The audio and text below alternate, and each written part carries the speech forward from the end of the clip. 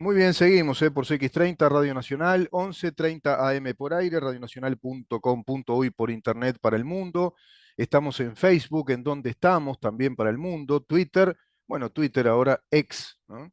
Arroba en donde estamos, Instagram en donde estamos, Uru, y nuestro canal YouTube, Mirá en donde estamos. En ese canal tenés un material de 4 años editado por Mariana Peralta, en una edición de modo impecable, que es lo que estamos haciendo a través de este Zoom.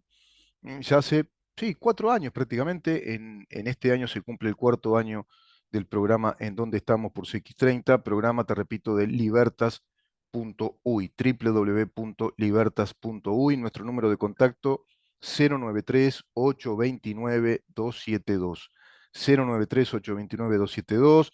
Tenemos un montón de mensajes, no nos dan el tiempo, realmente los voy compartiendo directamente con nuestros oyentes, ya nos conocen, cada uno de los oyentes que participan de esa correspondencia, nos comunicamos directamente, al aire no da el tiempo, preferimos utilizarlo para llenarlo de contenido, o al menos eso pretendemos, y pretendemos esto, crear un estilo de comunicación también, crear, construir entre todos un estilo de comunicación que nos favorezca, que nos precisamente nos conduzca a crear un pensamiento crítico en lo colectivo, a configurar en nuestra sociedad la posibilidad de un sector al menos de la misma que desde el pensamiento crítico, desde el análisis, pueda construir una idea más venturosa de país, una idea más libre de país, más creativa, con mayor capacidad de emprendimiento. Y para eso tenés que concebir una sociedad con muy buen sistema de enseñanza, con una enseñanza que nos cobije en cuanto a esa conexión, ese vínculo que tenemos que tener con nuestra Carta Magna, con lo que la Constitución precisamente construyó como modelo de país. Un modelo que en los hechos no se ve, lamentablemente.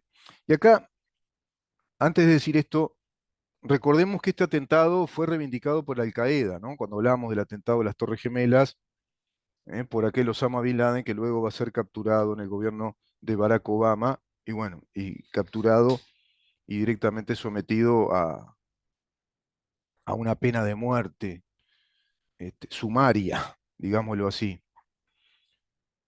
Fue una declaración de guerra, obviamente.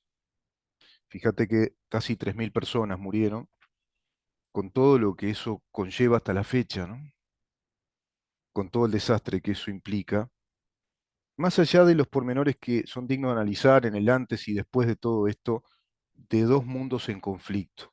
El mundo islámico, hoy llenando a Europa, por otro lado, y el mundo occidental. Y por otro lado, Occidente enfrentándose a dos potencias totalitarias y expansionistas, como China y como Rusia, cobijando precisamente a ese Islam también con su socio de esa, digamos, trinidad que le plantea hoy por hoy la guerra a Occidente, como lo es Irán. Vieron que las cosas siguen, ¿no? No es que cambió nada, hay un hilo conductor en todo esto. Y respecto a ese hilo conductor, nuestro país se está desprotegiendo demasiado en su propia vida interna democrática a través de propuestas descerebradas de grupos políticos. La cerebración, nos dicen los grandes psiquiatras, que es la actividad del cerebro. Hoy se puede medir eso a través de la neurociencia, se pueden hacer resonancias magnéticas, se puede hacer una tomografía e ir viendo las zonas del cerebro que más actividad tienen. Y tenemos una actividad neuronal, grupos neuronales que entran en actividad, lo que se llama la sinapsis, las conexiones neuronales. Y eso es cuando estamos aplicando pensamiento, cuando estamos desarrollando pensamiento, cuando nos damos al estudio, cuando emprendemos el estudio a través de una metodología, es decir, el estudio es metódico, es sistemático, hay un sistema y un método para estudiar lo que sea, ¿m? Ciencia jurídica, economía, arquitectura, física, matemáticas, idiomas, periodismo, lo que sea, ese cerebro está llevando a cabo una actividad, como cuando nuestro cuerpo hace una actividad física. La función hacia el órgano, decía Laplace, y es así. Y el cerebro es un organismo más, un órgano fundamental, es el órgano en sí de nuestra vida, es el que nos permite nuestra sensación de realidad, nos permite nuestro autorreconocimiento, es el que nos permite pensar la realidad, resolver en la realidad problemas que se plantean, crear, innovar, introducirle a la vida cosas que no existían, tecnología, por ejemplo, como la que estamos disfrutando hoy por hoy. Todo eso es actividad de cerebración. El cerebro en actividad donde hay cada vez más conectividad neuronal. Pero hay otras actividades que te muestran de que con poca cerebración, con poca actividad cerebral, vale decir, con poco estudio, con poco ejercicio metódico, sistemático y profundo del estudio, queremos resolver temas, digamos que al estilo o al modo embestida baguala. Queremos resolver algo y no resolvemos nada, rompemos, como es el caso de Cabildo Abierto con un plebiscito para prohibir por constitución tasas de interés superiores al 30% para las empresas de crédito que brindan ese servicio empresarial, comercial, profesional a los ciudadanos uruguayos que se disponen al consumo de ese crédito, de ese préstamo. Lo mismo pasa con el Frente Amplio, que pretende prohibir por constitución el sistema previsional del ahorro y la capitalización del ahorro para tener más calidad de vida al momento del retiro laboral. Ese servicio que brindan las AFAPs, que están reguladas por el Banco Central, todo eso está regulado por ley, se debe cumplir con todos los requisitos y las garantías que la ley exige para que se lleve a cabo ese asesoramiento. Y el informe actual oficial de las AFAPs respecto a este tema nos da cuenta de que a la fecha hay capitalizado en el país de acuerdo a este sistema, que es mínimo, es un sistema, se le llama mixto, pero para mí es una mixtura muy pequeña, incluso en relación al sistema de reparto, porque son aquellas personas que tienen ingresos de 62 o 64 mil pesos por mes aproximadamente, que tienen el derecho, que están legalmente habilitadas para optar por ese sistema del ahorro y la capitalización, y hoy por hoy en un 8% de los aportes que implican el 20%, o sea, es mínimo, es un, es una expresión mínima de una mixtura, si vos querés, de un sistema complementario que se da a partir de determinada franja de ingresos económicos. No es en todo el sistema de reparto que seguimos teniendo lo mismo. Por eso yo hablo de que es más de lo mismo lo que hizo este gobierno, destapando la caja de Pandora para que estos anormales descerebrados planteen este tipo de cosas a la sociedad uruguaya, haciéndonos perder muchísimo el tiempo y tirando esos aviones contra nuestra gran casa, ¿no? Queriendo destruirla, que es la Constitución de la República. Porque el informe de la SAFAP da que hoy por hoy tenemos los uruguayos 22 mil millones de dólares invertidos en capitales desde esos fondos de ahorro y capitalización, y que son 1.800.000 uruguayos que están viviendo mucho mejor a raíz de esas capitalizaciones. Imagínate la cadena laboral, la cadena económica, toda la red virtuosa de esa cadena de producción de bienes y de servicios, y a su vez esos bienes y servicios destinados al consumo final. Todo eso es lo que se pretende destruir. Decía que hay dos grandes destrucciones, ¿no? Ahí podríamos significarlo en esta fecha tan tristemente significativa como dos grandes torres gemelas que quieren tirar. Una la Constitución y otra es ya este funcionamiento, este pilar de funcionamiento de capitalizaciones, de ahorros, que va generando una cadena económica enorme en el país, que implican 22 mil millones de dólares cubriendo necesidades de 1.800.000 uruguayos en un país de 3 millones y poco. Fíjate vos el desastre que es todo esto. ¿Y en dónde están los argumentos? ¿Cuáles son los argumentos de peso desde el punto de vista científico, desde las ciencias económicas y desde las ciencias jurídicas para decir que a la Constitución hay que introducirle esas aberraciones inconstitucionales? Acá me permite una metáfora. Es como si vos tenés una materia prima espectacular, que es una harina de altísima calidad, aceite de altísima calidad, sal excelente, condimentos, leudantes de excelente calidad, para hacer potencialmente también excelentes pizzas, panes, panificación, lo que quieras. pero resulta que los panaderos y los confiteros y los pizzeros no son buenos, no tienen la idoneidad para hacerlo bien eso, o son descuidados, no cumplen con las recetas, no cumplen con los tiempos de cocción, y todo siempre sale más o menos, sale mal, no salen buenas pizzas, no salen buenos panes, no salen buenos bizcochos, no salen buenas confituras, no salen buenas masitas, sale todo mal, pero la materia prima es impecable, es excelente. Y entonces imagínate que ese grupo de malísimos panaderos y propietarios que están llevando adelante esa tarea y la hacen mal, empiecen a pensar, che, tenemos que introducirle algo a la harina porque no funciona bien y hay que modificar el aceite y la sal también porque no están saliendo bien las cosas. Sería algo igual. Es meterte con la materia prima cuando la materia prima es excelente porque vos no haces bien las cosas. Y eso es lo que está pasando en el país. El país no está haciendo bien las cosas porque la clase política, nuestro sistema político no hace bien las cosas.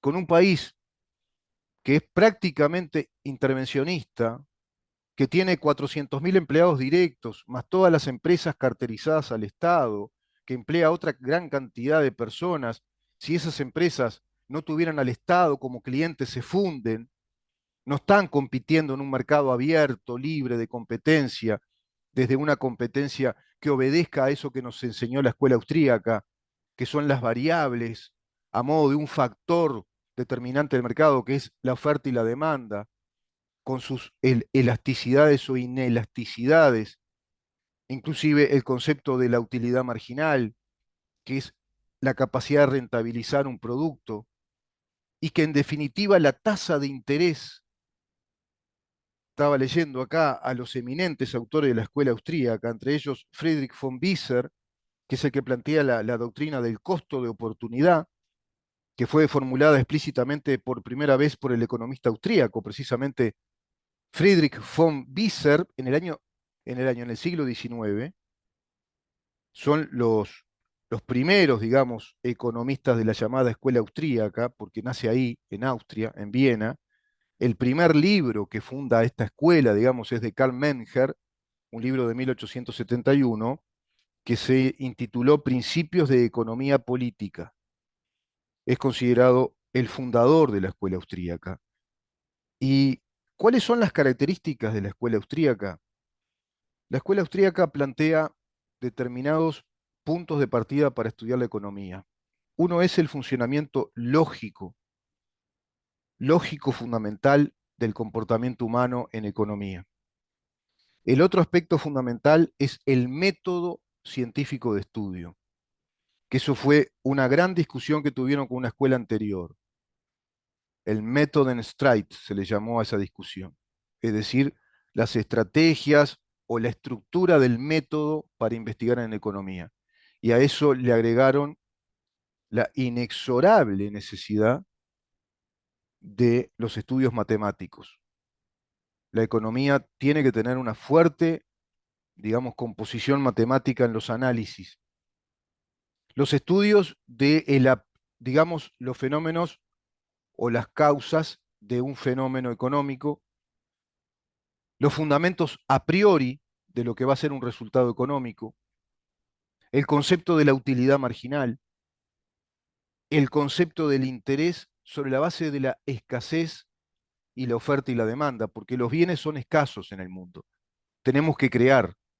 Por eso la capacidad creativa del ser humano lleva a eso, a crear tecnología para producir, a crear tecnología para minimizar tiempos de producción. Creamos tecnología para minimizar tiempos de comunicación, como Internet, por ejemplo, como la tecnología digital, informática digital.